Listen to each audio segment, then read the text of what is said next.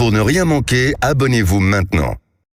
Renaud, je veux bien un connard de virus. En attendant, il est paraît-il, toujours là. Alors, on ne sait pas, les uns disent non, c'est plus le même. Les autres disent pas du tout. Il est là, mais toujours est-il que hier, évidemment, comme d'habitude, Elon Musk, vous savez, le patron de Tesla, de SpaceX et puis de Twitter, bien sûr, rebaptisé X, eh ben, il est allé de son tweet, de sa vidéo, qui a fait, évidemment, comme d'habitude, plusieurs millions de vues, très vite. Alors, il parlait de quoi? Et il y a des affiches, voyez, il montre des choses, Pfizer, AstraZeneca, Moderna, etc.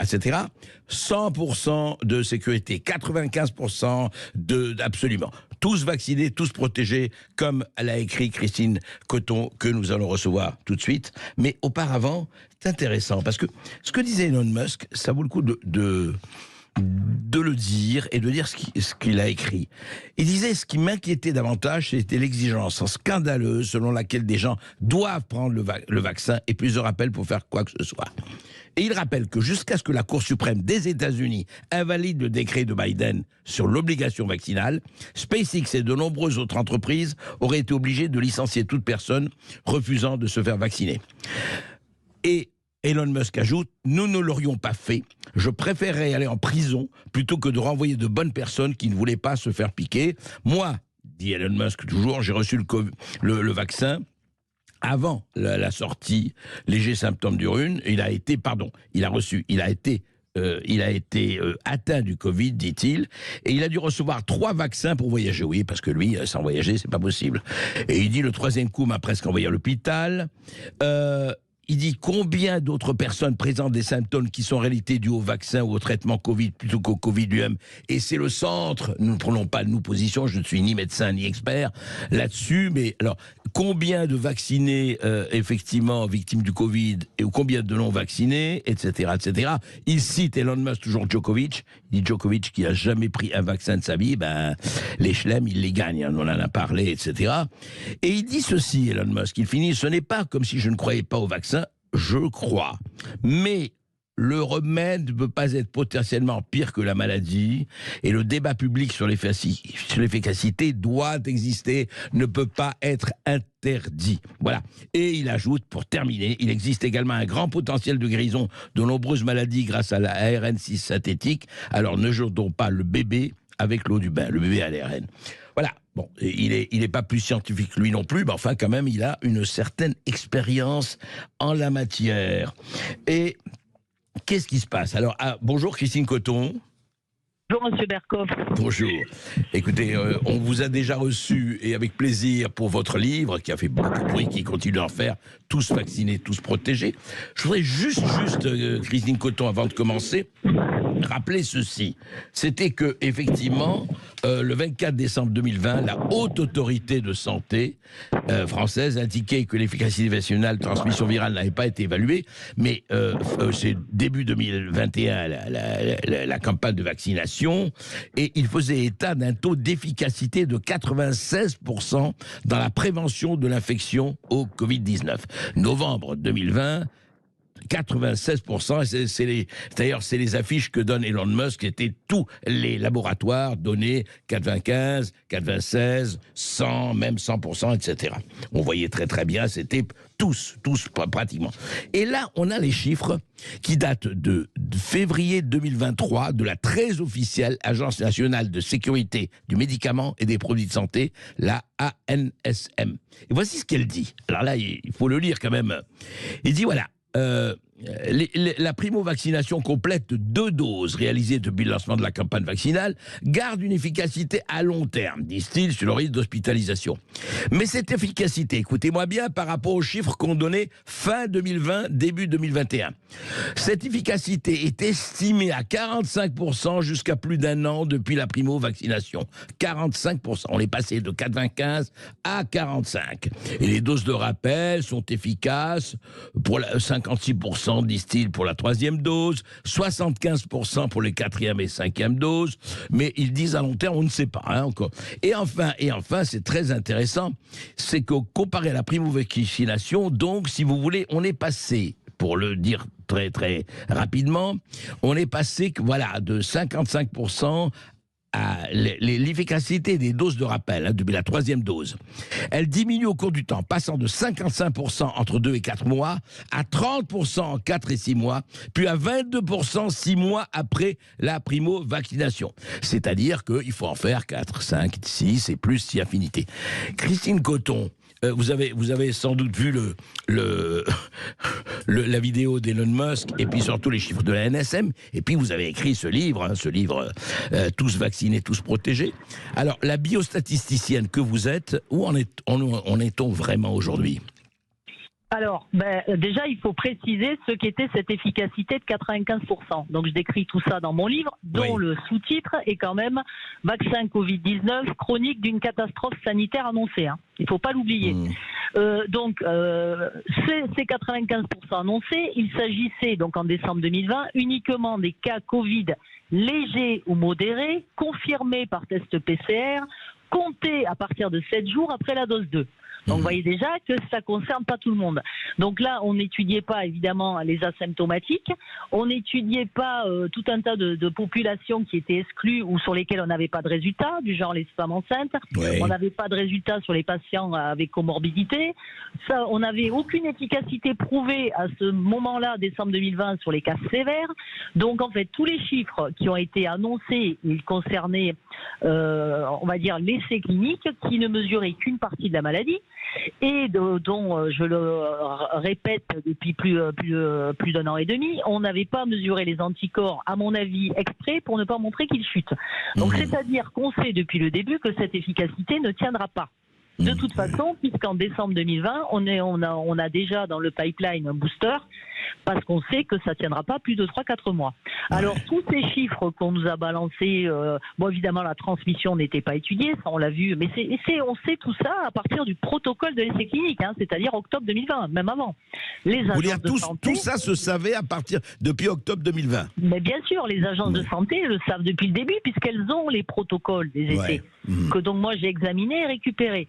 Donc tous ces chiffres qu'on nous a annoncés ensuite, ce sont des études qui sont faites en vie réelle et qui ne sont pas des essais cliniques. Donc ça freine la transmission de tant de pourcents. Donc tout ça, c'est du blabla. Alors du coup, c'est quand même très important de parler de cette pseudo-efficacité qui n'a jamais existé et pour laquelle, on va dire, on a trouvé un artifice que je documente dans mon livre, puisque j'ai un petit chapitre qui s'appelle « L'essai était presque parfait ». Donc, on a récupéré là récemment le contrat Pfizer avec l'Afrique du Sud. Donc, je sais que certains ont fait des vidéos sur ce sujet-là. Moi, ce que j'ai trouvé dans ce contrat et qui m'intéresse beaucoup, c'est qu'on a un chapitre qui s'appelle fourniture du produit. Et là, on nous explique que le produit a terminé les essais cliniques de phase 2 et 3. Mais au moment où l'Afrique du Sud signe ce contrat, soit en avril 2021, l'essai clinique devant durer 2 ans, on ne risque pas en avril 2021 d'avoir terminé un essai de phase 3 qui a commencé en juillet 2020. Vous voyez ? Oui, c'est pas tout à fait le même temps, c'est clair.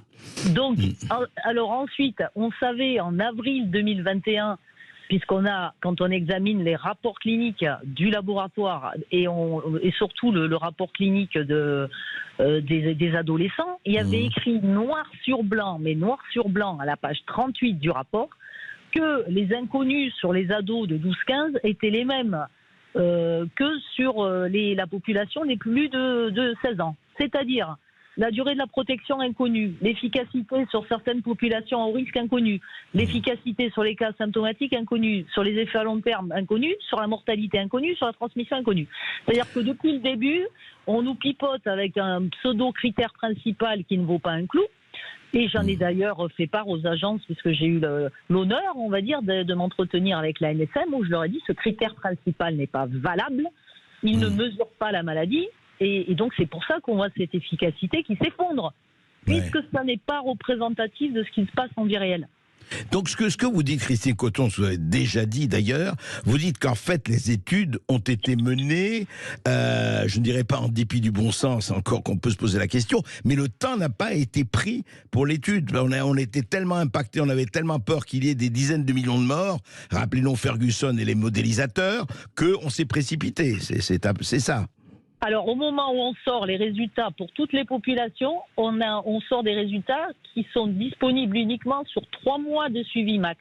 C'est-à-dire on a un essai qui dure 2 ans et vous sortez des résultats au bout de 3 mois maximum, avec 50% suivi moins de 2 mois. Donc comment vous voulez évaluer la tolérance? Ne serait-ce que la tolérance. C'est impossible. Donc c'est au moment où on donne les autorisations en décembre 2020, où on dit aux personnes âgées, aux immunodéprimés, vous êtes prioritaires, il faut vous faire vacciner. Il n'y a aucune preuve d'efficacité sur ces populations dans le rapport clinique. C'est-à-dire que le discours qu'on nous a servi sur tous les plateaux de télé, avec ce que j'appelle moi les experts sans expertise. Les médecins de plateau. Voilà, les experts sans expertise. Donc, vous avez des gens qui n'ont pas été foutus de lire ne serait-ce que le plan de gestion des risques, ne serait-ce qu'un seul rapport clinique avec les vrais résultats. Je ne sais même pas d'ailleurs s'ils savent les lire. Moi, c'est mon métier de fournir les tableaux de ces rapports-là. Donc évidemment que je sais les lire. C'est mon métier de les faire. Alors, donc, ça, c'est très important. Et là, du coup, comme ça ne marche pas, et ça ne marchera jamais, donc on continue à nous balancer des vaccins qu'on revoit avec des variants et des sous-variants. Donc là, on a le monovalent XBB 1.5, là, qui est autorisé et recommandé pour qui, évidemment, les plus de 65 ans, les femmes enceintes, qui on a les patients immunodéprimés sur lesquels on a à ce jour aucun résultat, et la HAS continue à nous dire qu'il faut faire une co-administration avec le vaccin de la grippe, et on n'a strictement aucun essai clinique qui nous prouve que c'est safe de procéder de cette façon, puisqu'il n'y a aucun essai, aucune étude d'interaction qui n'a jamais été faite. Donc on nous prend, moi je vous le dis, Monsieur Berkoff, depuis le début, on nous prend pour des cons.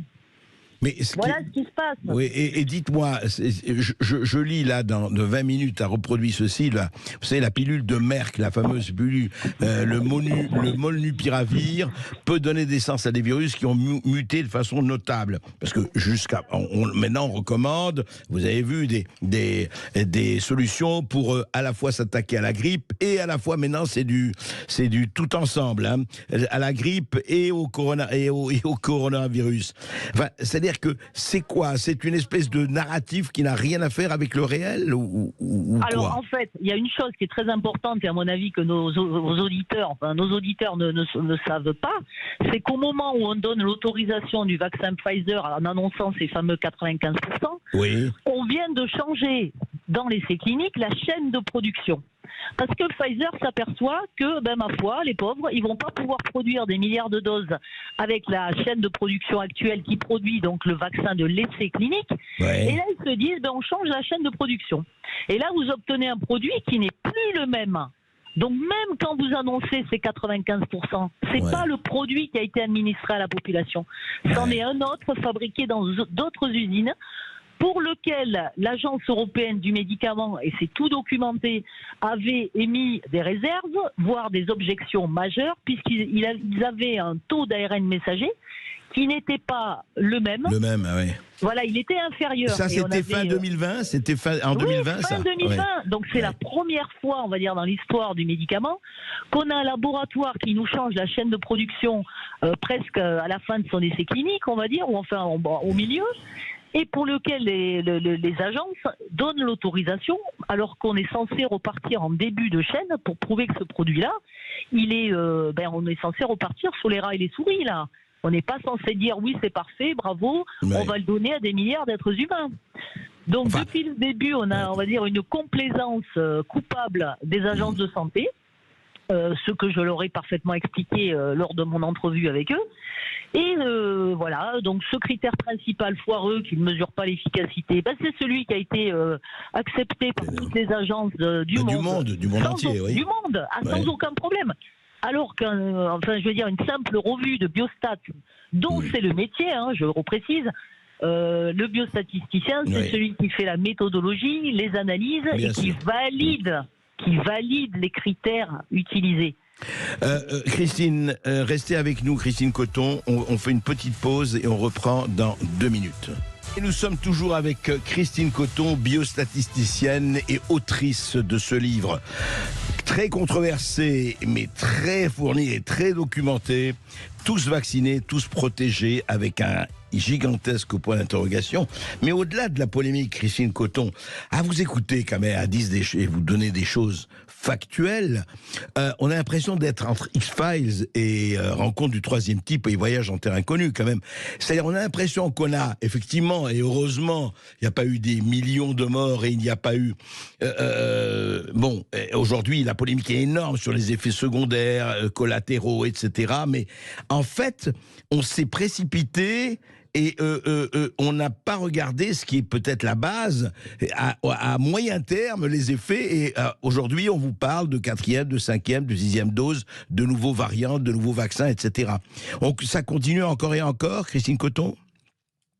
Alors, ce livre, on va dire, fait polémique, oui et non, puisque jusqu'à ce jour, il n'y a pas eu une seule personne avec un background, on va dire, valable, une expérience valable, qui a réussi à contredire la moindre ligne de ce que j'ai écrit il y a 1 an et demi dans mon rapport d'expertise, donc de l'essai clinique Pfizer, en regard des bonnes pratiques cliniques. Donc en fait, quand vous ne respectez pas toutes ces règles qui ont été mises en place depuis 30 ans, voire plus, que doivent suivre chaque intervenant d'un essai clinique, de la rédaction du document qu'on appelle le protocole jusqu'à la fourniture des résultats, en passant par les médecins qui recrutent les patients, etc. Quand vous ne respectez pas tout ça, comment vous voulez avoir un produit fiable à la fin? Donc vous ne pouvez pas, puisque vous avez non seulement fait un essai accéléré avec des phases complètement, la phase 3 qui commençait, la phase 2 n'était pas terminée, etc. Donc vous faites un développement accéléré. Vous ne respectez pas les bonnes pratiques avec les bonnes méthodes. Qu'est-ce que vous voulez avoir sur le marché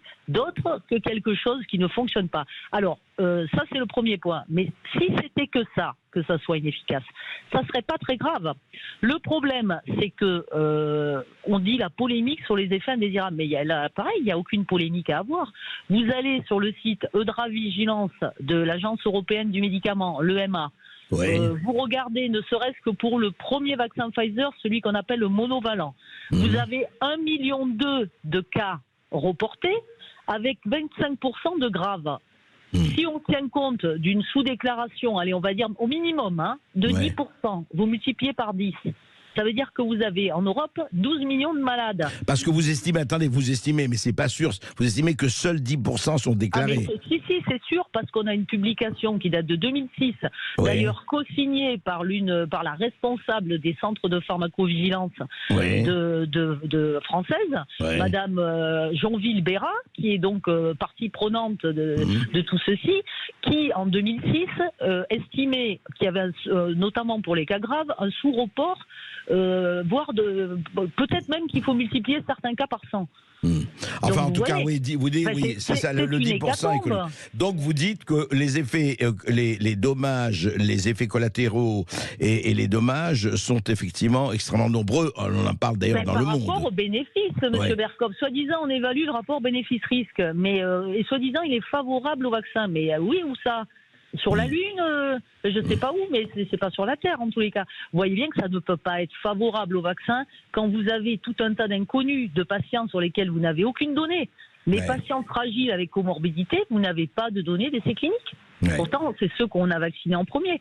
Vous avez des risques qui sont documentés dans les plans de gestion des risques. Au début, on avait l'anaphylaxie. Finalement, ils l'ont enlevé. Ils se sont dit, non, finalement, il n'y en a pas beaucoup, c'est pas très grave. Sauf que combien vous avez de cas de personnes peut-être décédées dans les jours après le vaccin qui ne sont pas reportés? Vous avez donc les myocardites, les péricardites, donc c'est un risque qui a été le plus discuté, on va dire. Vous avez la maladie aggravée parce que, au lieu de vous protéger, le vaccin, finalement, il vous fatigue et vous êtes encore plus malade. Mais où est le rapport bénéfice-risque favorable? Je ne sais pas où les agences arrivent à le trouver. Moi, ça fait 2-3 ans que je le cherche. J'ai toujours pas trouvé.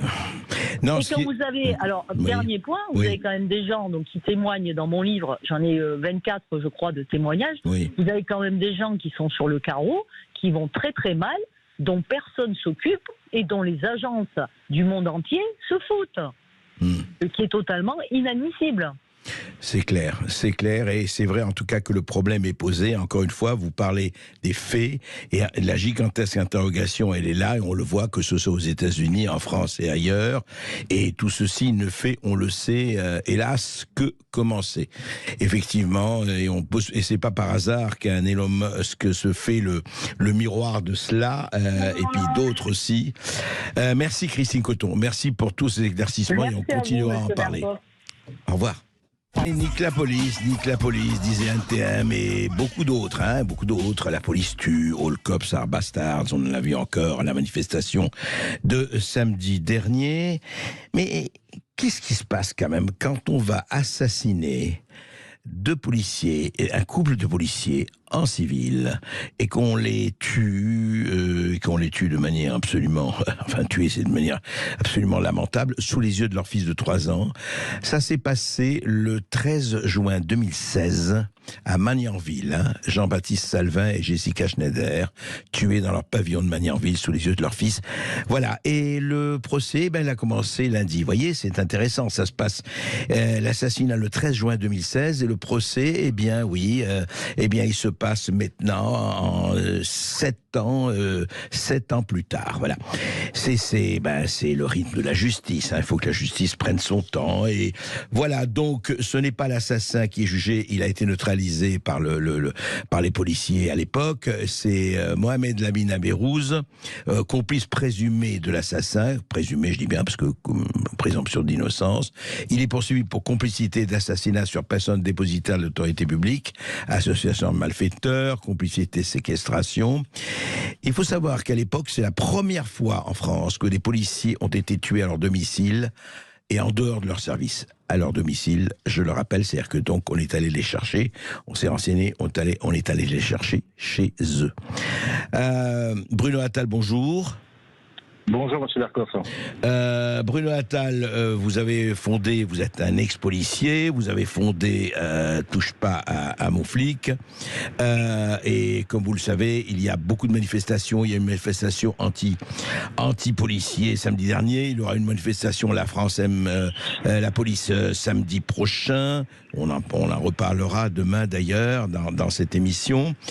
Mais qu'est-ce que ça vous inspire, ce côté? D'un côté, on dit, mais oui, les flics, oui, la police tue, d'accord, mais dans quelles circonstances? Et d'un autre côté, c'est devenu aujourd'hui le métier, non seulement un métier à risque, ça on le savait toujours, flic, métier à risque, mais là aussi, chair à canon. Qu'est-ce que ça vous inspire, Bruno Attal? Ça m'inspire que moi j'ai connu il y a 25 ans cette belle police. On était fiers des policiers, les enfants étaient fiers à l'école de dire papa, maman sont policiers. Aujourd'hui c'est le contraire, aujourd'hui on doit cacher des policiers. Il y aura forcément un après Jean-Baptiste Salvin et Jessica Schneider, puisque comme vous le dites, ils se sont fait assassiner à leur domicile devant leur enfant de 3 ans. Et aujourd'hui, est-ce que les policiers peuvent vraiment défendre la population, être présent pour vous, pour les concitoyens, puisqu'on n'arrive même pas à se défendre. Moi, j'ai connu une police où il n'y avait pas de policiers devant le commissariat. Aujourd'hui, vous avez des grilles, vous voyez. Donc, vous voulez dire, les commissariats sont obligés de se protéger eux-mêmes, quoi.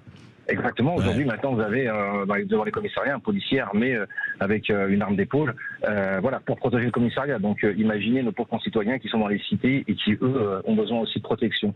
Donc, vraiment, comme vous et moi, on a connu les hôpitaux sans agents de sécurité, les supermarchés sans agents de sécurité. Ça s'est dégradé en 20, 25 ans, 30 ans, et on s'habitue à cette insécurité. Alors, qu'est-ce que vous avez pensé? Vous avez bien sûr suivi sur les réseaux sociaux, Bruno Attal. On a vu l'image de ce policier sortant de la voiture de police et sortant son flingue et pointant un flingue. Et alors, certains ont dit, vous voyez, les policiers mettent en joue les manifestants, alors que effectivement l'image était, il faut le dire, sortie de son contexte. C'est-à-dire, on n'a pas montré toute la vidéo quelquefois. Vous en pensez quoi? Bah, c'est un classique aujourd'hui des médias d'extrême gauche, les Blatz, les Mediapart, les Looksiders, les Alerte Info. Donc on coupe l'image et puis on la sort de son contexte. Et c'est vrai que quand l'image est dans le contexte, là par contre on comprend que le policier a juste eu un acte héroïque parce que son arme lui a permis de certainement défendre sa vie ou défendre celle de ses collègues. Et vous voyez, même les journalistes vous parlent de manifestants.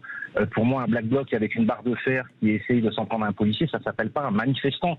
Tout est dans la sémantique, mais c'est un gros travail des médias d'extrême gauche d'essayer de décrédibiliser et d'instrumentaliser la police, comme l'a fait d'ailleurs Monsieur Macron lors des Gilets jaunes.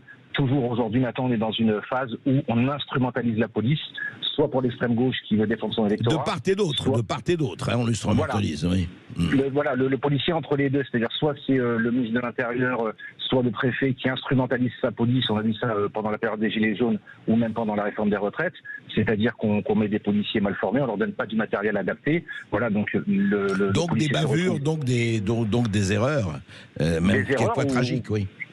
Oui, quand on voit le nombre des borniers, le nombre de personnes qui ont souffert dans leur chair pendant la période des Gilets jaunes, voire des retraites, on voit des policiers qui étaient au service des plaintes et qu'on a jetés sur la voie publique, ou des flashballs, comme je l'avais révélé chez vous, où les munitions n'étaient pas les mêmes, où les grenades qu'on lançait n'étaient pas adaptées. Hein. Donc voilà, le policier se retrouve entre les deux et aujourd'hui on a 70%, 75% de la population qui nous soutient, et tant mieux. Mais on perd du monde parce que soit l'extrême gauche nous instrumentalise pour faire plaisir à son électorat, soit le gouvernement en place nous instrumentalise pour réprimer juste des personnes qui veulent manifester, ce qui est un droit constitutionnel. Donc aujourd'hui, c'est devenu beaucoup plus dur d'être flic, en fait, Bruno Attal. Mais vous voyez, moi quand je suis rentré dans la police, on me prenait à 15-16 sur 20, il y avait 3000 places pour 50 000 candidats. Aujourd'hui, on n'arrive même pas à recruter. Et quelle personne voudrait aujourd'hui risquer sa vie, travailler pour l'intérêt général quand il n'y a plus de respect du policier, il n'y a plus de respect des parents, il n'y a plus de respect des juges, il n'y a plus de respect de la prison, il n'y a plus aucun respect. Donc il faut retrouver et remettre de l'ordre dans tout ça. Mais ce gouvernement, vous savez, c'est le gouvernement du en même temps. Hein. Le lundi, on aide sa police et puis on la valorise. Et puis le mardi, on envoie un policier en prison alors qu'il travaillait dans le cadre de ses fonctions. Vous voyez, quand un magistrat commet des erreurs, il ne va pas en prison. Quand un chirurgien commet une erreur, il ne va pas en prison. Quand un politique commet une erreur, il ne va pas en prison, et pourtant il y a mort d'homme. Quand un policier, lui, commet une erreur, ou pas d'ailleurs, et dans ce cas-là, j'estime qu'il ne l'a pas commise, mais c'est un autre sujet, lui, il va en prison. Voilà. Donc ce métier, qui en veut aujourd'hui, pour 1500, 2000 balles par mois, habiter dans une cité, être obligé de se cacher, pouvoir se faire tuer chez soi, voilà. Il y aura eu un avant et un après, et c'est juste dramatique le plus beau métier du monde. C'était le plus beau métier du monde. Vous aviez pléthore de personnes qui voulaient être policiers, c'était le rêve des gamins. Aujourd'hui, les gamins, être policier, c'est juste à la télé. Voilà, quand il y a des fictions, là, on veut être policier, mais la réalité, hélas, nous rattrape. Oui, et on voit Bac Nord, effectivement, et où on voit aussi le policier traité en fait comme un espèce de membre d'un clan adverse. Voilà, c'est un clan et il est à combattre comme on combat, comme West Side Story. Mais malheureusement, il y a mort d'homme et il y a des. Et à votre avis, c'est le problème de base, que ce soit à droite ou gauche, c'est un problème de courage, de volonté politique. C'est-à-dire que réformer tout ça, c'est quoi? Qu'est-ce qui manque? Parce qu'on le sait, ce que vous dites, on le sait, les gens le savent, mais ils le savent, enfin, y compris chez les responsables qui nous gouvernent, quels qu'ils soient, de hier, avant-hier, demain, etc. Mais on fait quoi? Nos élus, nos gouvernants, se refont réélire sur ce même programme, c'est-à-dire on met toute la poussière sous le tapis et puis on se fait réélire. Donc pourquoi travailler pour l'intérêt général? Nos politiques d'aujourd'hui ne travaillent plus pour l'intérêt général, ils travaillent pour leur carrière. Et donc quand on travaille pour sa carrière, eh bien, vous voyez par exemple quand on nous parle de ces cités islamisées, avec de la drogue à profusion, et les gens peuvent pas rentrer chez eux pour récupérer ces territoires perdus, il va falloir mettre des moyens, mais des moyens quoi? Des moyens policiers. Il y aura mort d'hommes forcément, parce qu'il y a des milliards, nos adversaires, on doit protéger leurs milliards d'euros, et donc il y aura mort d'hommes, il y aura des voitures qui brûlent, et ça, politiquement, c'est pas très bon à voir. Donc on préfère mettre la poussière sous le tapis, et puis effectivement passer à autre chose. Mais oui, il n'y a aucune volonté politique, sans compter en plus ce qui se passe à l'intérieur de la police, avec les suicides à profusion, avec les sanctions à profusion, et surtout la bâtonnique. La bâtonnique, c'est quoi? Si on fait des bâtons, on fait des bâtons pour que M. Darmanin se retrouve demain derrière un micro en disant regardez son intérieur génial que je suis, regardez les statistiques sont extraordinaires, alors qu'insécurité ne fait qu'augmenter. Vous voulez dire on fait du chiffre, on montre des chiffres, c'est ça? C'est que ça. Moi, j'ai fait que ma carrière, on a fait que ça. Et on triche sur les chiffres. Alors, on leur fait dire des choses qui ne sont pas du tout la réalité. Donc, ça fait 25 ans que ça dure. Moi, j'ai été révoqué. Je le disais dans vos émissions, ne vous inquiétez pas, ça viendra. Bon, je suis en procès, j'espère gagner mon procès. Voilà, parce que j'ai défendu, j'étais contre le pass sanitaire, on m'en veut beaucoup pour ça. Mais voilà, on va se battre. Et surtout, je profite de votre antenne pour dire, aujourd'hui, je me bats pour qu'il y ait une commission parlementaire sur les gilets jaunes. J'ai beaucoup de députés qui sont partants. La France Insoumise est partante pour faire une commission parlementaire. Il faut savoir exactement quels sont les donneurs d'ordre et les vrais coupables de nos concitoyens qui ont souffert dans leur chair. D'accord. Annonce transmise, Bruno Attal. Merci. Puis on continuera de vous recevoir. À bientôt. Un grand merci à vous. Merci Bruno Attal. Je rappelle que vous êtes président de touchepasamonflic.com. Et le divin enfant, évidemment, les chants de Noël, la naissance de Jésus. Et Jésus, évidemment, le Fils de Dieu pour les croyants, le prophète de Jérusalem, on avait des tonnes de livres ont été écrits sur lui, des tonnes de biographies, et priés, ne parlons pas des œuvres d'art, de tout, enfin, Jésus. Nous avons une nouvelle manière de le faire connaître par la députée Danièle Obono, la députée France Insoumise Danièle Obono. Elle a fait ce tweet qui est assez... je vais dire joli, assez symbolique. Elle dit ceci, elle écrit ceci: les gens ulcérés par les propos du pape sur les migrants ES, avec écriture inclusive oblige, bien sûr, migrants, trait d'union ES. Quand ils vont réaliser que Jésus, juif palestinien, avec deux papas et une maman, migrants, SDF, chômeurs, vivant en bande avec d'autres jeunes et des ex-prostituées, fustigeant le capitalisme, a été tué par un État colonial. Mais voilà. Mais qu'est-ce qu'on fait dans les livres d'histoire? Il faut supprimer tout ce qu'on dit. Mais enfin, l'évangile, tout ça, mais c'est rien, ça ne raconte rien. Il faut supprimer tous les enseignements et dire ce que dit Danièle Obono. C'est pas beau. Il est juif palestinien. Je rappelle que le nom Palestine sera donné 135 ans après Jésus-Christ. Il est chômeur évidemment. Il était un peu charpentier, non? Migrant, oui, il part en Égypte avec Joseph et Marie et rentre à la mort d'Hérode. Mais évidemment, Jésus doit cocher les bonnes cases, c'est assez joli comme lapsus, voilà. Deux papas et une maman, alors là c'est très joli, deux papas et une maman quand même, il fallait le faire. On est déjà à l'époque de la procréation assistée par ordinateur, on est presque de la gestation pour autrui, c'est ça. Migrants évidemment, migrants formidables, SDF évidemment, chômeurs, vivant en bande avec d'autres jeunes, oui, mais oui, casse-toi tu pues et marche à l'ombre, c'est ma bande, formidable. Il faisait partie des territoires perdus de la République du côté de Bethléem. Vous voyez, où il y avait déjà des choses terribles. Ex-prostituées, bien sûr, fustigeant le capitalisme, mais oui. Jésus d'ailleurs parlait comme Karl Marx, il disait prolétaires de tous les pays, unissez-vous. Et puis il a été tué par un État colonial. Oui, alors c'est Rome, c'est Israël, on ne sait pas très bien, mais voilà. Écoutez, quand on a des historiennes du calibre de Madame Obono, je pense qu'on peut supprimer les livres d'histoire ou alors réécrire tout le reste en langage inclusif, bien sûr. Vous voyez, on a parlé du député France Insoumise Danièle Obono. Bravo, un vrai bravo à Damien Maudet. Damien Maudet, qui est député de la France Insoumise de la Haute-Vienne, a annoncé samedi avoir reversé depuis le début de son mandat 20 000 euros de son salaire à des associations.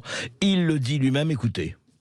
Un député, combien c'est payé? Du coup, 5 700 euros net par mois. Tu enlèves 1 000 euros d'impôts à peu près par mois. Il reste 4 700 euros. Il y en a qui me disent, ah ouais, 1 000 euros, c'est beaucoup, mais quand t'as toujours 4 700 euros, pas d'enfants, pas de charges particulières, il faudrait d'ailleurs qu'ils en prennent plus. Vu qu'ils en prennent pas plus, c'est nous qui en donnons plus. La promesse qu'on a fait, divisé par 2 le salaire, on redonne les 2 350 euros restants à des assos, syndicats. Par exemple, une asso qui met en avant l'histoire ouvrière de Limoges. Ça, c'est une asso qui vient en aide aux personnes précaires. Une des assos qui a organisé la Pride de Limoges. je l'avais dit dans Libération, s'il y a des assos qui ont besoin, envoyez-moi un message. Donc en fait, j'ai reçu un tas de messages énormes. Je privilégie un peu la Haute-Vienne, priorité au territoire. Donc depuis le début du mandat, j'ai reversé plus de 20 000 euros. Et c'est comme ça qu'on donne donc la moitié du salaire. Ça laisse quand même une belle moitié. Hein. Eh ben bravo.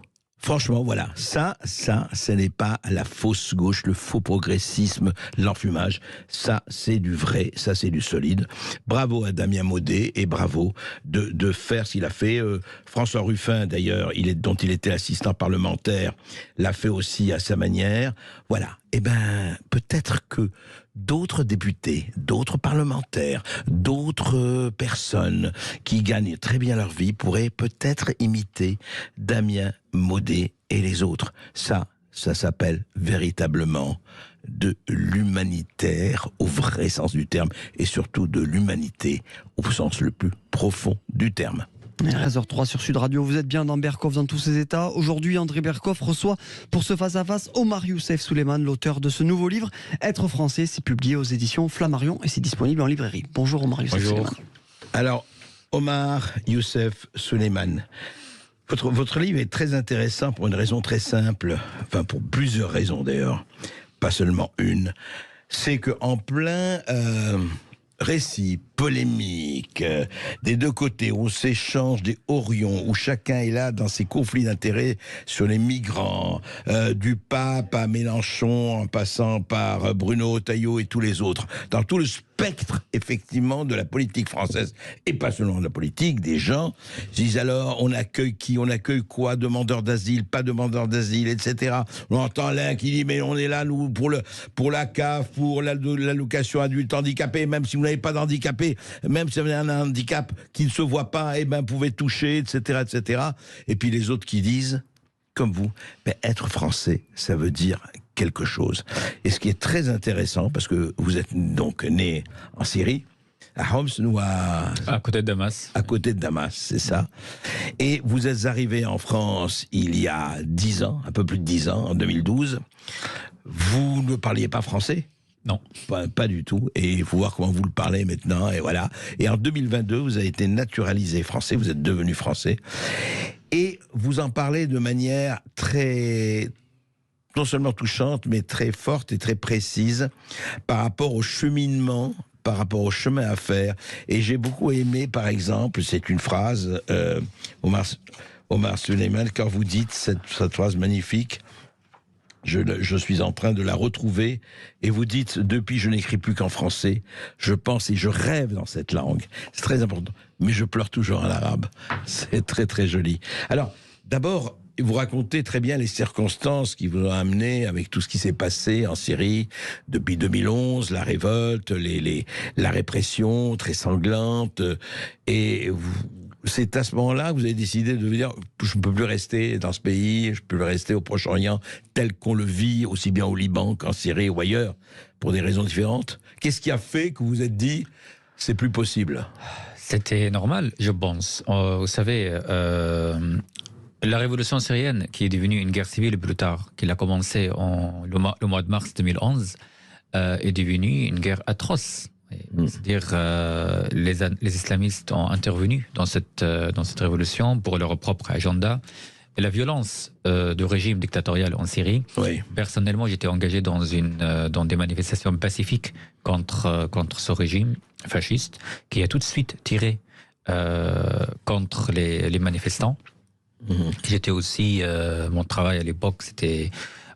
ça faisait partie de mon engagement de filmer les manifestations et diffuser les informations pour des chaînes à l'étranger. Vous faisiez quoi, du journalisme à l'époque, du reportage ? Je faisais du journalisme, tout à fait, et du reportage pour les victimes de la guerre, c'est-à-dire les civils qui étaient tués. C'était un travail très dur à faire, mais on croyait à l'époque qu'au bout d'un moment, on serait aidé par l'Union européenne, par les Américains peut-être. Vous savez, on était jeunes, on était rêveurs. Il y a une phrase de l'écrivain Mark Twain qui me marque toujours, qui dit ils ne savaient pas que c'était impossible, alors ils l'ont fait. On ne savait pas que c'était impossible de se révolter, de faire tomber ce régime si facilement, ce régime qui est très très fort, il a l'expérience, etc.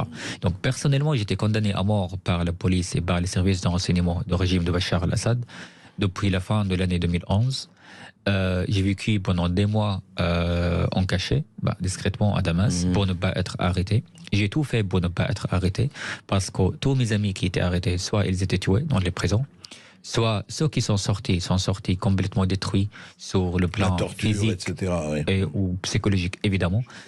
Finalement, il n'y avait plus de sens. Vous savez, on perd le sens au bout d'un moment de rester sur ce territoire, parce que je faisais rien.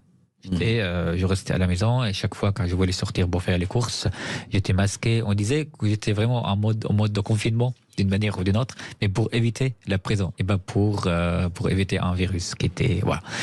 Donc au bout d'un moment, je suis sorti, et vous savez, quand on sort de son propre territoire, au bout d'un moment, du jour au lendemain, on décide à rien, on pense à rien.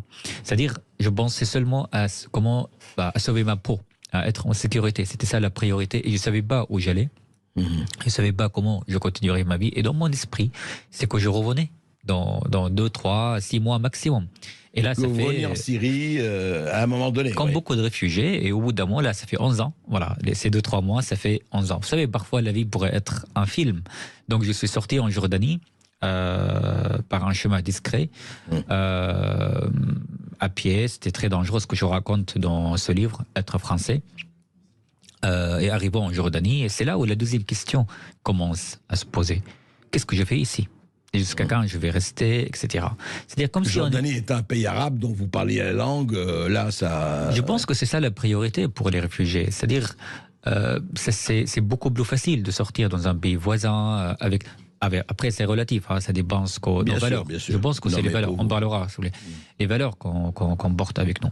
Mais bon, en Jordanie, j'étais aussi arrêté par la police jordanienne, qui était très dure, très difficile. C'est-à-dire, on sort, vous savez, la police au Proche-Orient sont tous pareils. Ils nous arrêtent, ils nous torturent, puis ils nous disent désolé, c'était une erreur, ils nous libèrent. Bon, merci la France. Ce n'est pas le cas de la France. Donc, une fois que j'étais libéré à Amman, en Jordanie, j'ai commencé à nouveau à chercher un nouvel exil. Donc, j'ai contacté l'ambassade française. Et donc, on pose beaucoup de cette question d'ailleurs. Pourquoi on choisit la France? Pourquoi on choisit l'Allemagne? Qu'est-ce qui vous a fait à ce moment-là en Jordanie? Parce que en Syrie, vous n'y pensiez pas, soyons clairs. De tout, en fait. Pas du tout. Vous arrivez en Jordanie et parce que vous racontez dans votre livre, on vous dit pourquoi tu vas pas en Allemagne? Il y a des choses à faire et tout ça. Et qu'est-ce qui a fait, vous avez dit, la France, pourquoi? Là, on revient vers les valeurs. Donc, certains, s'ils avaient le choix, par exemple, l'Allemagne à l'époque, et c'est toujours le cas, il soutient beaucoup plus les réfugiés financement, par rapport au logement, les aides, etc. Ça ne m'intéressait pas du tout. Ce que je voulais vraiment, c'était avoir une vie avec une liberté d'expression, avoir aussi la protection. La réputation de la France au Proche-Orient, c'est ça. Les réfugiés journalistes, surtout, sont bien protégés en France. Pendant toute l'histoire, la France n'a jamais renvoyé un réfugié. Ici, on a Reporters sans frontières, par exemple, etc. Et aussi, les valeurs françaises m'intéressaient. La Révolution française m'intéressait.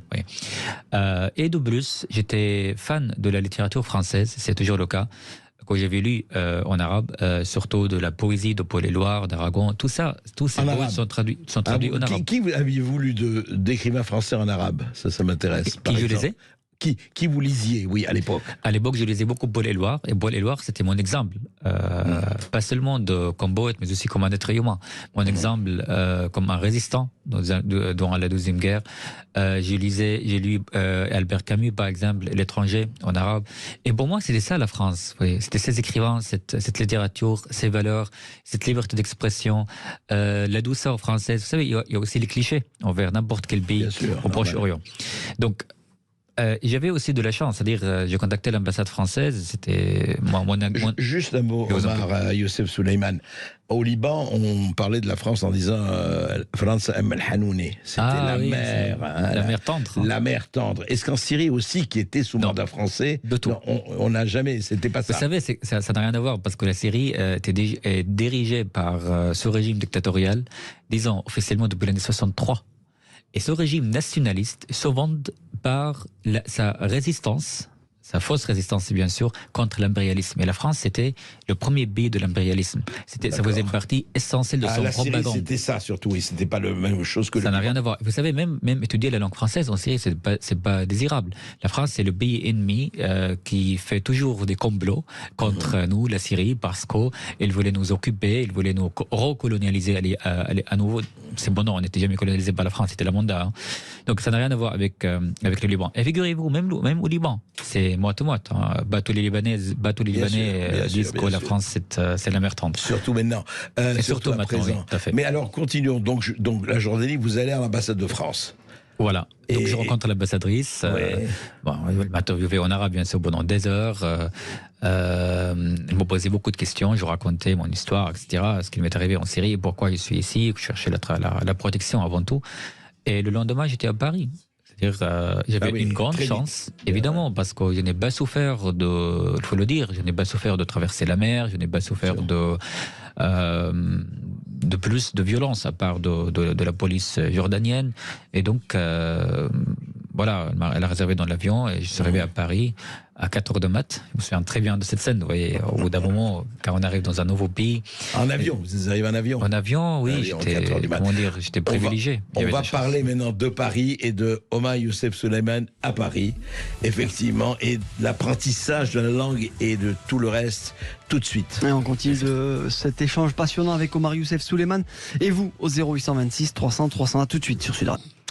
Alors Omar Youssef Souleiman a commencé par parler effectivement de la Syrie, de ce qui s'est passé, des violences, de l'obligation effectivement, sauf à être prisonnier, torturé ou mort, de quitter effectivement le pays. Et vous êtes arrivé à Paris, ça s'est passé bien, vite.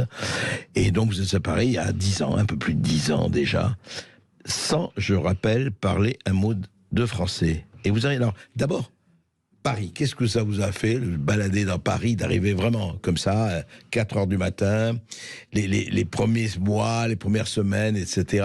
Le bon et le mauvais, enfin, ce que vous avez senti? C'était marrant, vous savez, comme j'ai dit tout à l'heure, on a le cliché envers un pays.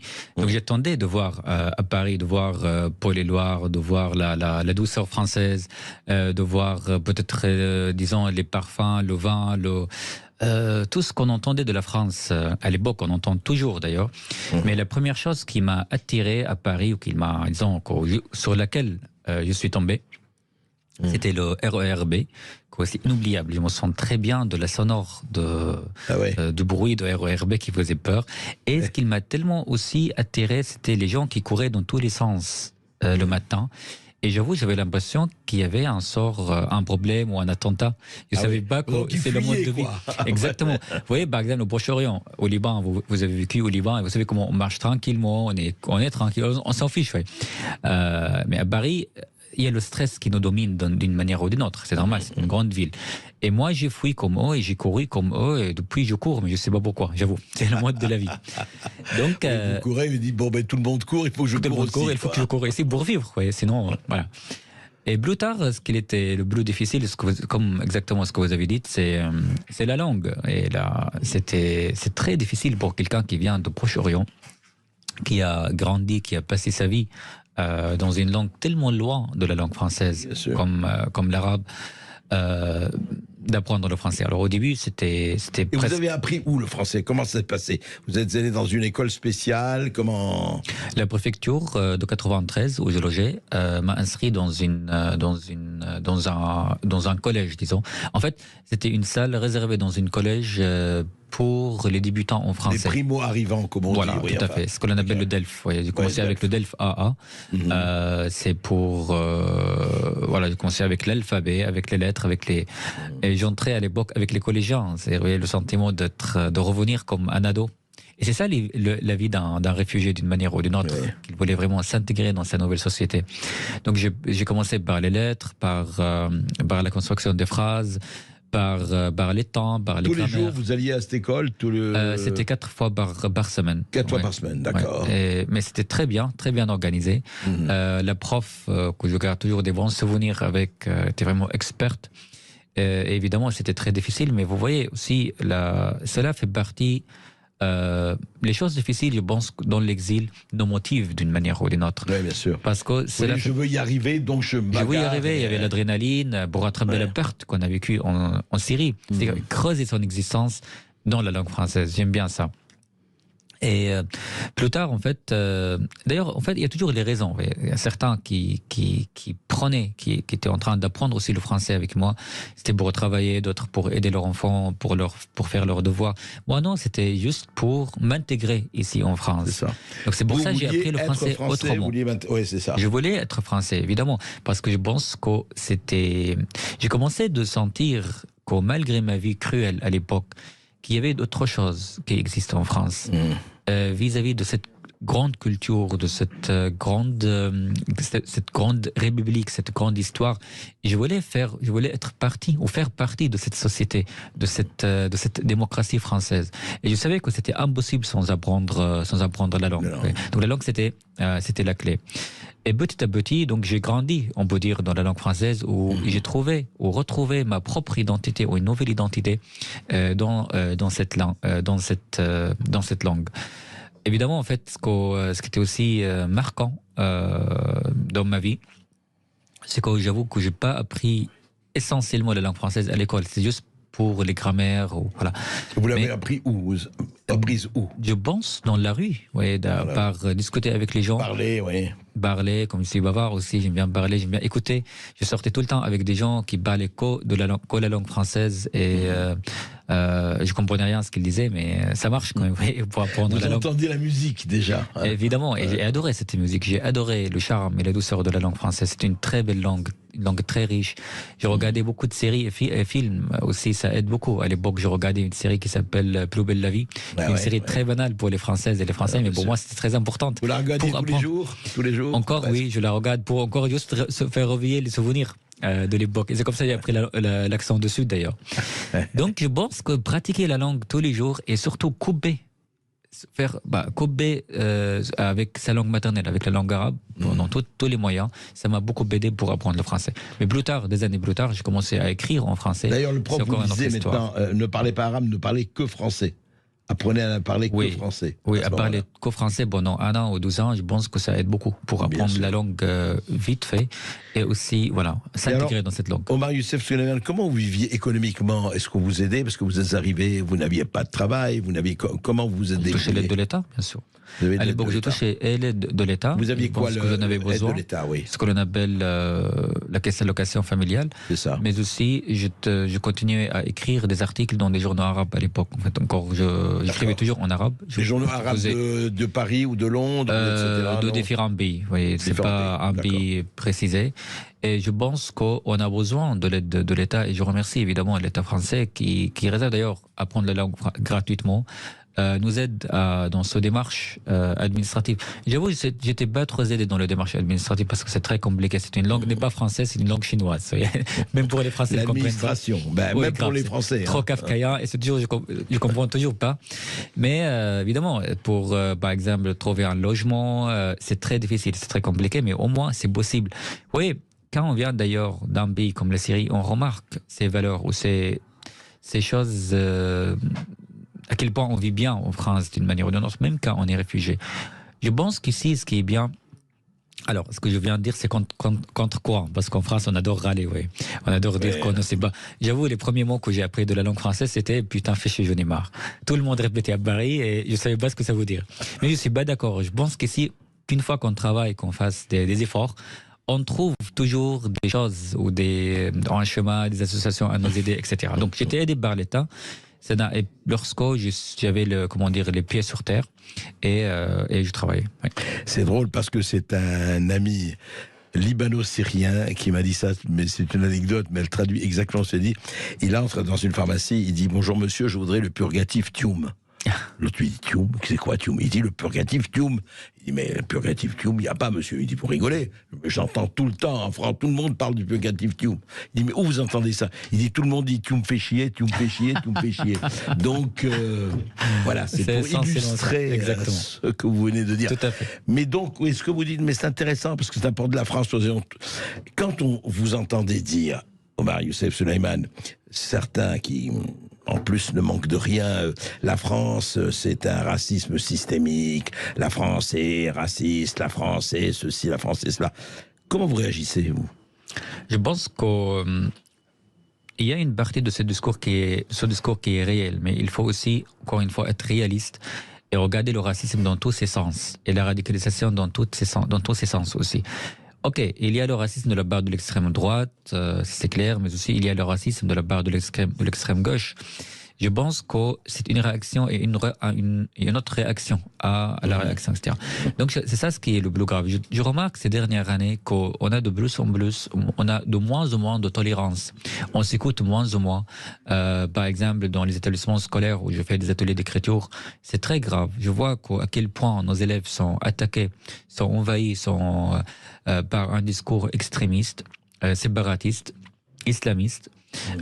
Ils ont perdu la confiance dans leur pays. Oui, moi je suis pas français, disent-ils, moi je suis autre chose. Il y a beaucoup d'élèves malheureusement me disent que, vous voyez, les élèves qui sont d'origine des musulmanes ou d'origine arabe qui traitent l'islam, maghrébine, qui traitent ou pas, voilà, qui traitent l'islam pas comme une religion mais comme une identité. C'est très dangereux. Et ils me disent par exemple toujours que c'est pas normal que je sois pas musulman. Moi, je suis né dans une famille musulmane, mais je suis pas musulman, je suis athée, j'ai le droit de le dire. Non, pour eux, c'est inimaginable à ce point. Donc, il y a plusieurs aspects ou plusieurs éléments durant mes interventions dans les établissements scolaires quand je parle dans le livre d'ailleurs, qui m'ont vraiment marqué. Et donc, les établissements scolaires font partie. Mais je pense que nos jeunes, ils sont de plus en plus radicaux, sont de plus en plus manipulés. Par exemple, ce discours sur l'abaya qu'on vit depuis un moment. Ouais. Moi, ce qui m'étonne de plus, c'est que l'abaya, comme une tenue religieuse, est interdite dans les pays majoritairement musulmans. Par exemple, en Syrie, au Liban, en Égypte, il n'y a pas d'abaya dans les écoles de l'État, c'est de l'uniforme. Pourquoi cette tenue religieuse doit être autorisée dans la République française, dans la France laïque quand même? C'est pas possible. Donc, malheureusement, ici, nous voulions être de plus en plus tolérants, nous voulions défendre la laïcité, et on tombe dans un discours de plus en plus fermé, extrémiste et intolérant. On va continuer d'en parler avec vous après cette petite pause. Oui, et puis avec vous aussi qui nous écoutez, vous êtes de plus en plus nombreux à nous écouter. On vous en remercie au 0826 300 300, appelez-nous. Un récit très intéressant et vous en parlez de façon très intéressante. Et pour suivre ce qu'on était en train de dire avant la pause, vous dites ceci, c'est intéressant. Au Proche-Orient, vous venez de le dire, mais vous le dites de façon très claire dans votre livre, au Proche-Orient, quand on critique un élément lié à l'islam, on parle uniquement d'une religion. Ici, donc en France, toute réserve est aussitôt prise comme une attaque infâme contre la minorité musulmane et les immigrés. On peut même être traité de raciste. L'islam ne définit pourtant pas une origine. Dans ce contexte, on est moins compris et parfois moins libre en parlant de l'islam en France qu'au Proche-Orient. Une vérité bien difficile à comprendre pour quelqu'un venant de là-bas. Oui, c'est surprenant. Très intéressant. Oui, merci. Ici, c'est plus difficile de parler d'islam qu'en Algérie, en Tunisie, au Maroc, en Syrie ou au Liban. Dans certains cas, j'avoue, oui. Parce que, justement, une partie de la gauche française nous accuse d'être racistes parce qu'on parle d'une religion, on critique une religion. Là, on se demande où est la liberté d'expression, où est la République, où est l'égalité que vous défendez.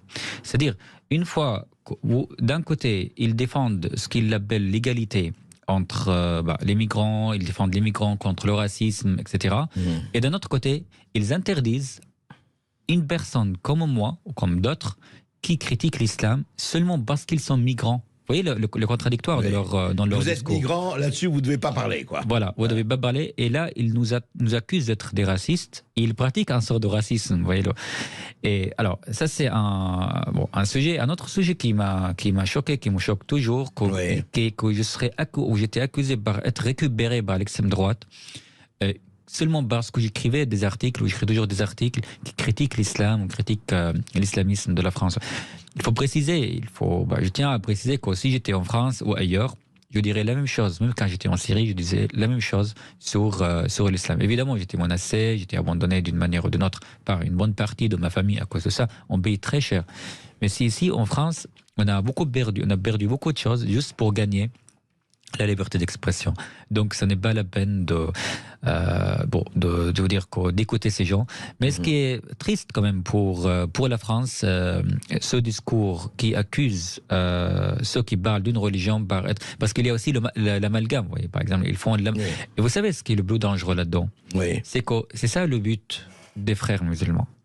Créer un tabou qui s'appelle l'islamophobie, qui n'existe pas, en faisant l'amalgame entre l'islam comme religion, la migration et la minorité, ce qu'il appelle la migration, ou la minorité musulmane. Alors, honnêtement, les musulmans, qui s'appellent les musulmans de la France, je ne suis pas d'accord avec le terme, est-ce qu'ils l'utilisent? Ils ne partagent rien. Par exemple, un musulman, une musulmane qui vient de Sénégal avec un autre qui vient de Maroc ou de peu importe de quel pays. Ou de Syrie, ou d'ailleurs. Oui. Ou de Syrie. Il n'y a rien à partager entre eux. Il faut savoir que les musulmans ici sont comme tout le monde et il ne faut pas les traiter comme une minorité unique et pour avoir des avantages politiques. C'est ça le but des frères musulmans qui sont malheureusement aidés par une partie de la gauche française. Oui. Non, c'est très intéressant. On va continuer à parler. Je crois que nous avons Oui, nous avons Richard qui nous appelle de Goué. Bonjour Richard. Oui, bonjour Richard. Oui, bonjour André, bonjour à votre invité. J'aimerais juste faire un petit commentaire. Vous avez un petit peu déjà répondu au sujet. Qu'est-ce que vous pensez? Je voulais vous demander qu'est-ce que vous pensez sur la polémique sur la baya, l'islamisation de la France. Qu'est-ce que vous pensez et pourquoi que la France devient pire que certains pays musulmans? Qu'est-ce que vous pensez de tout ça? Omar. Alors, en fait, merci pour votre question. Je ne pense pas que la France est pire de certains pays musulmans, en général, mais je pense que non, là, il parle de la polémique, discours, voilà, de la polémique, je pense que c'est le produit ou le fruit de des années et des années de l'obéissance d'une partie de la gauche ou de la faiblesse de la gauche française envers l'islamisme. Et d'un autre côté, l'attaque de la part des frères musulmans financée depuis pays étrangers, par exemple comme Qatar ou ailleurs, qui ont un agenda particulier pour manipuler les Français, surtout les jeunes, surtout sur les réseaux sociaux, et faire un discours séparatiste de la société de la République française. Il y a plusieurs raisons pour ceci, c'est-à-dire et de la France et de l'étranger. Et l'étranger. Nous avons Angèle qui nous appelle de Marseille. Bonjour Angèle. Bonjour Angèle. Oui, monsieur Berkoff, bonjour. Bonjour monsieur. Bonjour. Je voulais simplement poser une question, puisque ce monsieur est venu donc de Syrie. C'est ça. Il a été séduit intellectuellement par la France et par ses valeurs, qui sont des valeurs de la France d'avant. Quelque part, moi que je considère de la France d'avant. Il a été séduit par une France qui n'existe plus aujourd'hui, quelque part. Notamment en matière de liberté d'expression, puisqu'on a perdu énormément par rapport à la liberté d'expression, entre autres.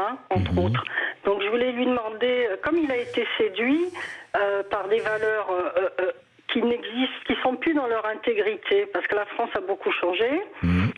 Que pense-t-il des Français qui, eux, se sentent plutôt mal sans ces valeurs qui les avaient construits? Ça, il doit le comprendre, puisqu'il a été séduit lui-même intellectuellement. Donc, à l'inverse, les Français qui ont été construits par des valeurs très fortes aussi, parce que c'était des valeurs très fortes. Moi, je suis né en 58, donc voilà quoi.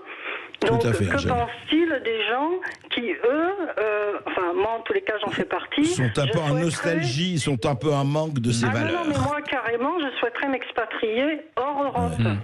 Ouais, oui, je croise. Merci, madame. Intéressant, oui. C'est très intéressant. Vous avez raison. Je sais, Angèle. Non, mais c'est intéressant. Voilà, Angèle qui vous dit, moi, j'ai envie de m'expatrier parce que je ne reconnais plus la France. Ne reconnaît plus la France. Oui. Et vous êtes en train de nous dire, mais ces valeurs, elles sont là, je les ai connues et reconnues. Justement. D'abord, j'espère que vous vous amusez bien à Marseille. J'adore votre ville. J'espère qu'il fait toujours beau à Marseille. Ça n'a pas changé depuis des années. Mais bon, en fait, je croise régulièrement des gens d'ici, françaises et français, qui disent cette phrase: on ne reconnaît plus notre pays. Honnêtement, je n'ai pas vécu la France d'avant. Je sais pas comment c'était. Mais j'ai beau faire la comparaison entre la France actuellement et le Proche-Orient, où j'ai grandi. Évidemment, il y a pas de comparaison. Ici, vous savez, il y a toujours encore la possibilité de résister, de lutter, de trouver des moyens, créer des associations pour améliorer notre démocratie. Évidemment, on est dans un pays qui souffre, on a peut-être moins de liberté d'expression Mais moi, qu'avant. ce que je voulais dire, c'est que quelque part, les manques de démocratie des pays, de certains pays, font régresser notre propre démocratie. Je vais un peu loin là, mais quelque part, je le ressens comme ça. Mais Angèle, vous savez, on est responsable de son propre pays. Hein. Moi, je vais voter. Hein. Chaque fois, je vote. Non, je sais, mais non, on ne parle pas de vote là. Juste un mot là-dessus, Angèle. Oui. Vous posez une vraie question. Mais le problème, c'est qu'il ne faut pas faire aussi comme ces autres pays qui disent « Ouais, c'est pas notre faute à nous, c'est la faute aux autres. » Parce que ça, voilà, c'est même pas du complotisme. C'est voilà, nous, on n'est pas responsables, etc. On est tous, et vous le savez, Angèle, personne. On est tous responsables à des degrés divers, hein, je reconnais, de notre destin. Et je crois en tout cas, mais ce n'est pas la régression des autres qui provoque notre propre régression, c'est, je dirais, une certaine résignation, une certaine passivité, et disons le mot, hein, et ça nous touche tous, hein, je ne m'exclus pas de ça, loin de là, et peut-être une certaine lâcheté aussi. C'est-à-dire qu'on se dit, bon, on ne peut rien faire, il n'y a rien à faire, voilà, c'est comme ça, qu'est-ce que vous voulez qu'on fasse, etc. C'est ça la chose la plus difficile, Angèle, et je comprends très bien ce que vous dites, et on a tous cette tentation. Je crois, nous avons... Oui, nous avons Sandrine qui nous appelle du Lot-et-Garonne. Bonjour Sandrine. Bonjour Sandrine. Oui, bonjour André, bonjour à votre invité que j'ai écouté passionnément. D'ailleurs, je vais acheter son livre. Je vous appelle parce que moi, suite à ma profession, je suis agricultrice éleveur laitier. J'ai énormément de personnes immigrées qui viennent me chercher du lait. Bon, enfin, j'ai peut-être pas le droit, mais tant pis, je suis contrôlée, c'est pas grave, peu importe. Et je voulais simplement dire que j'ai eu donc un couple syrien. Au début, donc c'est le garçon qui traduisait. Il parle un français d'ailleurs, parce qu'il continue, mais remarquable. Ouais. Et son papa est très effacé. Donc, au bout d'un moment, je lui dis mais vous êtes de quel pays? Parce que voilà, je parle jamais. Voilà. Et donc il m'a expliqué qu'il est syrien, mais qu'il n'osait pas le dire parce que il me dit on nous aime pas. Et j'ai dit mais qui ne vous aime pas? Et bien il me dit mais parce qu'on arrive de la Syrie avec tout ce qui s'est passé, les attentats. Ah mais je lui dis mais ça c'est autre chose. J'ai dit si vous êtes parti de là-bas c'est que il y avait, alors il me dit oui on est réfugiés donc politiques. Alors je lui ai dit mais non. Puis après on parle et puis il me dit mais vous c'est bien parce que effectivement on a voilà je parle à une personne, je ne parle pas à une religion.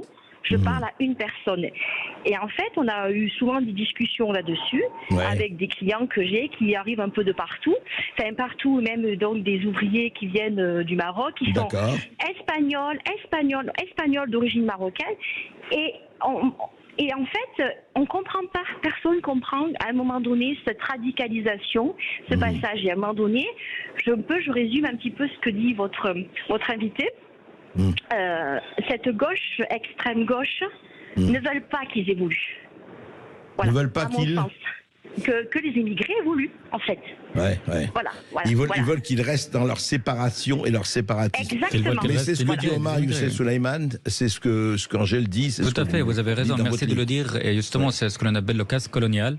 C'est-à-dire, ils encadrent ces immigrés dans leurs clichés. Ils les interdisent de parler, etc. Après, en tout cas, je pense que la radicalisation est intolérable dans tous les sens. Et je pense, beaucoup de monde ont pas choisi de venir en France, mais on peut choisir d'être français et d'être intégré ici. Oui, c'est ça. Peut-être on n'aurait pas choisi, mais justement, on peut choisir d'être intégré. Et l'intégration est possible. Bien sûr que c'est possible. Voilà, et c'est important. On va continuer de prendre vos témoignages dans un instant. Après cette courte pause, on est toujours avec Omar Youssef Souleymane. Et puis vous, au 0826 300 300. À tout de suite sur Sud Radio. Dernière ligne droite dans ce face-à-face de Berkoff dans tous ses états. On est ensemble jusqu'à 14h. Nous sommes toujours avec Omar Youssef Souleymane pour son livre Être français, publié chez Flammarion. Et puis nous sommes aussi en direct avec Sani qui nous appelle de Marseille. Bonjour Sani. Bonjour Sani. Bonjour. On vous écoute Sani. Moi, je tenais à intervenir en fait par rapport à cette émission en particulier et tout ce qu'on peut entendre depuis quelque temps en fait au sujet des immigrés, des descendants d'immigrés. Personnellement, je suis infirmière libérale depuis 20 ans dans les pires cités de Marseille, dont vous n'entendez pas réellement parler à leur juste hauteur, on va dire. Oui. Et en fait, je ne suis pas vraiment d'accord quelque part, parce que, vous voyez, la plupart de mes patients sont des gens qui sont arrivés après la guerre d'Algérie, donc qui ont un certain âge.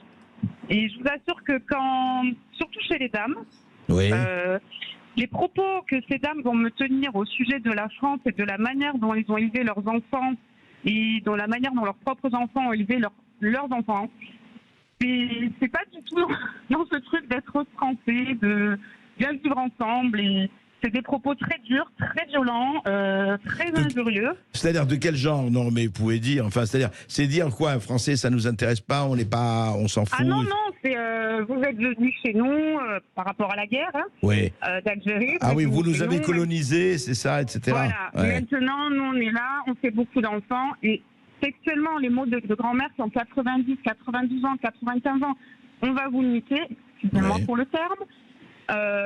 Si nous on fait beaucoup d'enfants, d'ici 50 ans vous ne serez plus là. Nous on ne travaille pas et on est là et on vous prend tous, vous travaillez pour nous, vous êtes nos esclaves maintenant. Et c'est le mot de grands-parents en fait, vous voyez ce que je veux dire. Et vous avez entendu ça souvent, Sani? Ah bah oui. C'est pas du quotidien on va dire, parce qu'il faut quand même arriver à un certain degré de confiance pour que la personne vous dise ça. Bien sûr. Mais c'est nous, c'est ce qu'on vit au quotidien dans les cités de Marseille. C'est-à-dire que moi, j'ai la peau blanche, malheureusement. Je suis blonde aux yeux bleus. Et malheureusement, pourquoi malheureusement? Parce que pour travailler là-bas, c'est compliqué. Pour travailler là-bas, c'est compliqué. Je suis fouillée, ma voiture est fouillée, il y a des barrages. Des fois, je ne peux pas aller voir des patients parce qu'ils ne nous laissent pas rentrer. Les dealers. Pas que les dealers. Si vous êtes blanc, vous rentrez pas. Pas que les dealers. Il y a les barrages des dealers qui sont là plutôt en après-midi. À partir d'une certaine heure de l'après-midi. Attendez, Sani, vous dites quelque chose, parce que ça, on l'a pas tellement entendu. Vous dites que vous pensez que parce que vous êtes blanche, de couleur blanche, vous ne rentrez pas. Ah ben on me l'a déjà dit, c'est pas je pense. D'accord. C'est ce qu'on m'a dit, c'est pas partout évidemment. Bien sûr. Mais il y a certains halls d'immeubles, où vous ne pouvez plus rentrer. Et il y a certaines cités dans Marseille où il n'y a aucun soignant qui va, aucun. Vous avez un Rosier à Marseille, vous n'avez aucun soignant, même médecin, qui ne prendra jamais aucun patient au Rosier, celle-là ou d'autres, parce que on sait très bien qu'on va avoir des problèmes. Et donc voilà, moi j'appelais par rapport à ça, parce que le vivre ensemble, j'entends, heureusement qu'il y a plein de gens normaux. Oui. Mais le problème, moi ce que j'arrive toujours pas à comprendre, c'est que des gens qui sont venus en France, ils ont choisi de venir en France pour les raisons qui les concernent. Pourquoi 60 ans après être en France, ne parlent-ils toujours pas français? Pourquoi crachent-ils sur la France et pourquoi revendiquent-ils le fait d'éduquer leurs gosses à haïr la France et à niquer la France comme on Alors cela dit, Sani, il faut le dire, il ne faut pas généraliser non plus, ce n'est pas... Eh oui, mais moi c'est mon quotidien, vous voyez. Moi c'est mon quotidien là où je travaille. Je comprends, mais il faut en parler, absolument. Vous vivez ça en expérience et vous le dites, et c'est très légitime. Ça s'appelle la liberté, ça aussi, ça fait partie complètement. Omar, merci pour votre intervention. Oui, en fait, non, mais c'est intéressant ce que vous dites. Je ne sais pas, est-ce que vous préférez que je rentre chez moi? Allô? C'est pas ce qu'il dit. Je rigole. Non, je vais vous dire, oui, parce que je viens d'ailleurs, et justement. Non, mais c'est intéressant ce que vous dites. Et je suis désolé pour qu'elle rencontre. Oui, je comprends. Voilà. Oui, bien sûr. En fait, juste un commentaire, vous avez. Bon, c'est triste, et je pense que cela aussi fait partie d'un discours radical qui diabolise la France, surtout dans les établissements scolaires. Oui, dans les établissements scolaires qui représentent la France comme le pays qui a colonialisé les autres, surtout par rapport à l'Algérie. Et je pense ce qu'il faut dire, surtout aux jeunes aujourd'hui, que cela fait partie de l'histoire, il faut plier cette page. Et nous, aujourd'hui, on est dans un nouveau monde, il faut penser à l'avenir. Et tout comme les soldats français ont commis des massacres en Algérie, mais aussi, il y avait le Front National, le FLN, merci, a aussi commis des massacres contre les Français et les Algériens. Et donc, il faut aussi savoir quelque chose, il faut dire quelque chose pour ces jeunes, que le mot France vient de franc. Et le mot franc, oui, c'est un mot germanique qui était fait par ceux qui ont attaqué la France au 5e siècle. Donc la France a été aussi colonialisée. Donc c'est ridicule tout ce discours. Et je pense, cela fait partie du racisme, ce que vous souffrez, qu'on est tous contre, bien sûr. Bien sûr. Oui, mais c'est le propre de l'être humain, se faire la guerre n'importe où sur la planète, en n'importe quelle époque. Bien sûr. Malheureusement. Merci Sani en tout cas. Merci à vous, merci beaucoup. Passez une bonne journée. Vous aussi. De Marseille, on passe à Montpellier puisque nous avons Abdelkarim qui nous appelle au 0826 300 300. Bonjour Abdelkarim. Bonjour Abdelkarim. Oui, bonjour l'équipe de Sud Radio, M. Berkoff et toute l'équipe. Moi, je voulais juste rajouter quelque chose par rapport à ce que monsieur il disait. Omar Suleiman, oui. Voilà, par rapport au financement qatari via les réseaux sociaux pour islamiser, ainsi de suite, propager une sorte de prosélytisme. Bon, moi, je ne suis pas du tout d'accord avec lui parce que moi-même étant père de famille, j'ai 3 enfants, donc le devoir, il est de notre devoir en tant que parents d'avertir nos enfants, vous voyez. Donc c'est le premier devoir des parents. Donc je suis désolé, à partir de là, c'est trop facile de dire ils envahissent les réseaux sociaux, mais bon. Mais s'il n'y a pas les parents pour éduquer leurs enfants, à un moment donné, c'est un vrai problème. Que ce soit les Qataris ou que ce soit les terroristes ou peu importe, je veux dire, ils seront touchés, que ce soit par la pornographie et ainsi de suite, vous voyez. Mais dis-moi, Abdelkarim, vous soulevez un très problème, bien sûr. Là, la responsabilité des parents, et c'est très important. Mais il y a tellement, et pas seulement d'ailleurs dans les familles islamiques ou autres, il y a tellement de familles décomposées aujourd'hui en France, et c'est le problème. Mais vraiment là, vous voyez, là vous mettez vraiment un point, on va dire un point vraiment sur le problème néfaste des ados d'aujourd'hui. Bon, pour moi, je forme pas mal d'apprentis. Donc la plupart, ils ont 15 ans, 16 ans. Et vous voyez, nous, le début, on leur apprend pas le métier. Vous voyez, on leur apprend déjà, on les rééduque une deuxième fois. Oui, je comprends. Ouais, c'est ça. Donc on rééduque, on a une petite année pour rééduquer, pour les accompagner avec une pédagogie qui est, qui est propre à chacun des élèves. Vous voyez, bien parce sûr. que la pédagogie, on peut pas, l'étaler sur tout le monde. C'est chacun, la pédagogie et la personnalité de chacun, le comportement de chacun. Sa vie sociale n'est pas la même que les autres, donc vous voyez. Mais je voulais juste rajouter ici quelque chose. Très rapidement, Abdelkarim, parce que nous arrivons en fin d'émission. Dites-moi, très rapidement. Voilà, juste en fait, je pense qu'il faut arrêter en fait de tout le temps soulever l'islamisation, parce que quand on parle d'islamisation, il y a la racine du mot islam. Islam, c'est la paix. On ne peut pas mélanger les deux. La vérité et le mensonge ne se mélangent pas, vous voyez. C'est vrai. Mais vous savez très bien qu'il y a... Oui, mais Abdelkarim, vous savez très bien qu'il y a des gens qui utilisent l'islam pour des motifs politiques et absolument pas religieux. Vous le savez très bien. Je suis d'accord avec vous, mais je suis le premier à le dénoncer. Oui. Mais donc, il y a l'islam politique en France, vous êtes d'accord? Pardon? Oui, allez-y. Je m'adresse à vous, Sir. Donc, vous êtes d'accord qu'il y a l'islam politique en France? Non, pas du tout. Je suis pas d'accord. Il n'y a pas d'islam politique. Non, parce que moi, je vais vous dire, moi, je suis assez averti. Comment vous exprimez, alors, comment vous expliquez les attentats qu'on a souffert ces dernières années? Mais pour moi, c'est pas des musulmans. Je suis désolé, moi, je peux vous citer un verset du Coran. Non, on va pas entrer dans un discours qui est musulman, qui n'est pas musulman. Mais de toute façon, je pense qu'il y a un islam radical. Non, je pense qu'il y a un islam radical qui existe en France comme il existe ailleurs. Et nous, on résiste, on lutte contre cet islam radical justement pour les musulmans qui vivent en France et pas contre les musulmans. C'est pas contre vous, évidemment. Vous voyez. On lutte pas contre les musulmans, mais contre un islam radical, tout simplement. Je vous propose qu'on continuera cette discussion avec vous, Abdelkarim. C'est une vraie discussion et merci en tout cas d'y avoir participé. Là, malheureusement, nous arrivons à 14h. Nous sommes obligés de rendre l'antenne. Mais je vous assure qu'on reprendra ce débat. Évidemment, et puis on revient demain comme tous les jours de midi à 14h. Merci Omar Youssef Souleiman d'avoir été notre invité aujourd'hui. Je rappelle, ce livre Être français, c'est publié chez Flammarion, c'est disponible depuis la semaine dernière en librairie. Et puis André Berkoff, on se retrouve demain de midi à 14h.